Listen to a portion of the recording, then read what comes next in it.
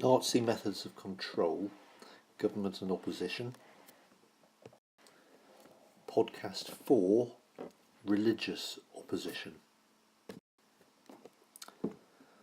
Okay, so taking a look again at the big picture, we've now covered 3 of 5 strands in previous podcasts. So we've covered the cult of Führer, the use of terror, and then in the last podcast we have covered propaganda. So this one is focusing in on religion.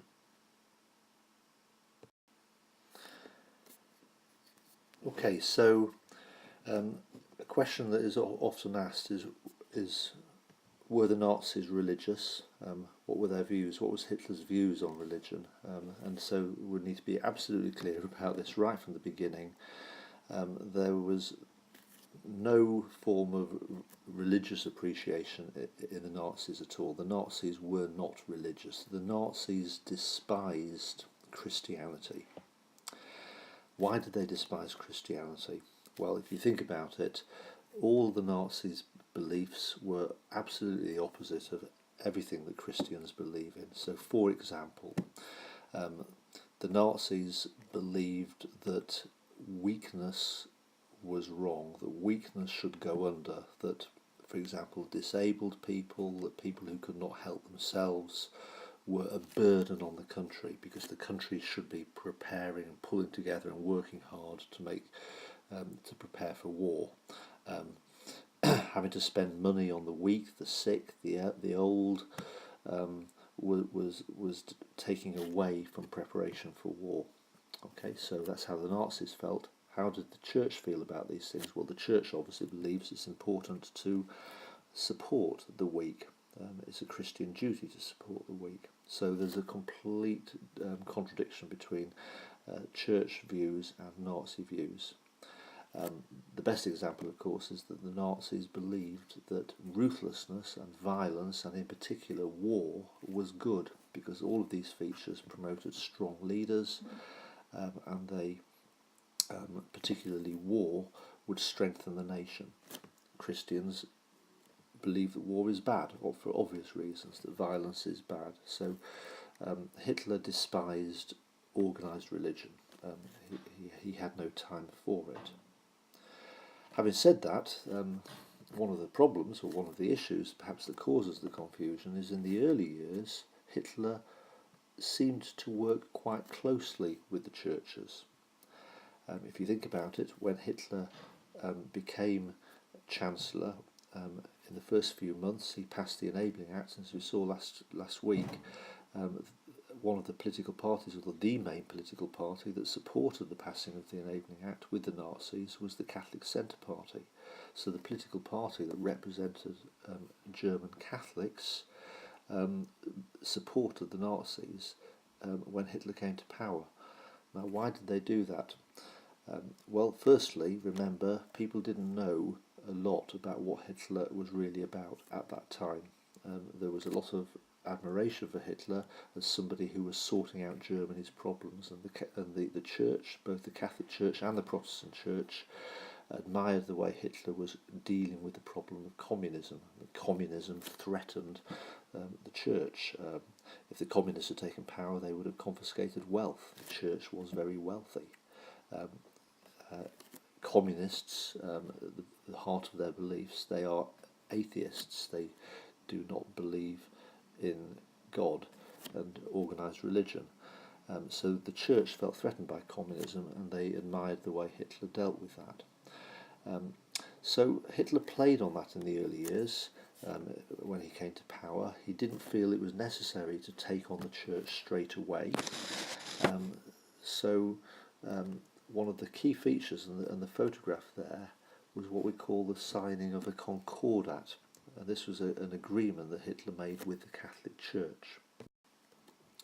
So the details of the Concordat are on this slide. So about 2/3 of Germans were Catholic. Hitler was anxious about this. In the long term, he felt threatened.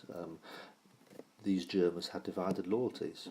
Every Sunday they would go to church and they would listen to a priest in the pulpit who would be saying things such as, war is bad, you should help the weak. which, as we said, did not sit comfortably with Nazi ideas. Hitler wants people to give undivided loyalty to him and him alone. He does not want them torn in two directions. So in the long term, he knew he had to sort out the problem of the church, but for the short term, he felt he needed to contain this problem. So what he did is he not personally, but he sent his vice-chancellor, von Papen, you can see him in the picture, to Rome, who signed an agreement with the Pope, and the Pope at the time, his name was Pius XI. And the Concordat is an agreement, and basically it was an agreement to say, look, we can work together. And both sides made promises. So the Pope promised that priests would not pass comment and criticise what the Nazis did, that the way in which the Nazis ran government was an issue for Hitler, and that the Pope agreed that they would not interfere in the way in which Hitler did that.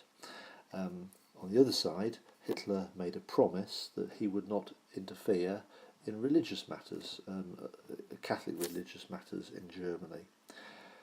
Now, immediately after having signed the agreement, the Nazis broke their side of the agreement. Hitler had no intention of sticking to his promise, so over the next few months and years, that the Nazis constantly broke their side of the agreement. For example, crucifixes were taken out of schools. They closed Catholic schools. They closed Catholic youth organisations. Hitler wanted children to only go to the Hitler Youth.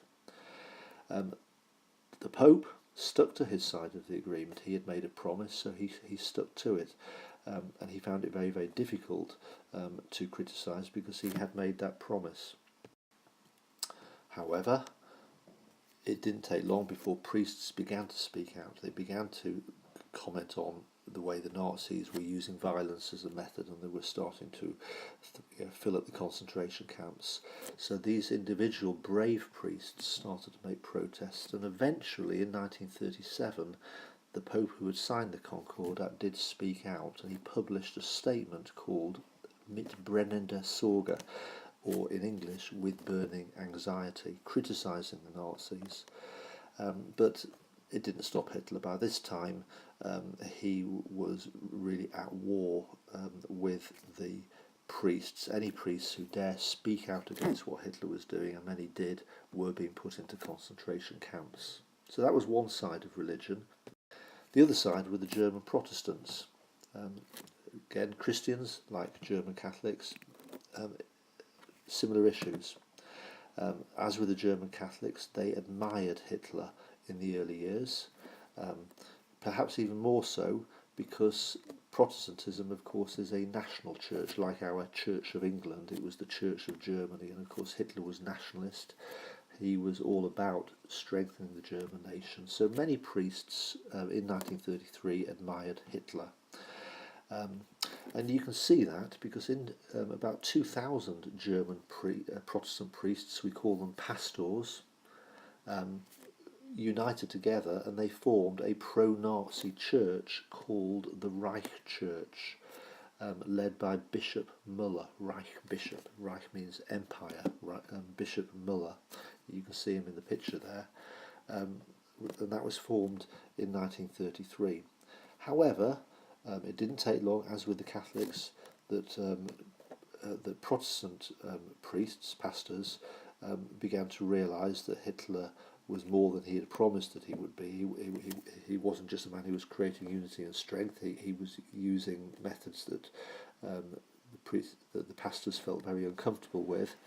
And 6,000 of them, so the majority of German pastors, eventually started to speak out, and they formed a rival church as a way of saying we do not agree with the Reich Church. It was called the Confessional Church, and it was led by this man here, Pastor Martin Niemöller. Now, as the leader of that confessional church, he was very quickly arrested and sent to a concentration camp, along with many, many other members of the confessional church. There is a very famous poem that Niemöller wrote when he was in prison, and the message of that is very much that it was a duty good Germans to be brave and to speak out. And of course, most Germans didn't. The brave people who did speak out were being put into concentration camps. So we'll finish this fourth podcast again with a factual test, series of questions there. Make sure all of those facts go onto your mind map. Make sure that the same facts are put onto index cards or post-it notes and you pin them up on your bedroom wall. Viewing them every day, just for a few seconds, will really help that information to stay in your head.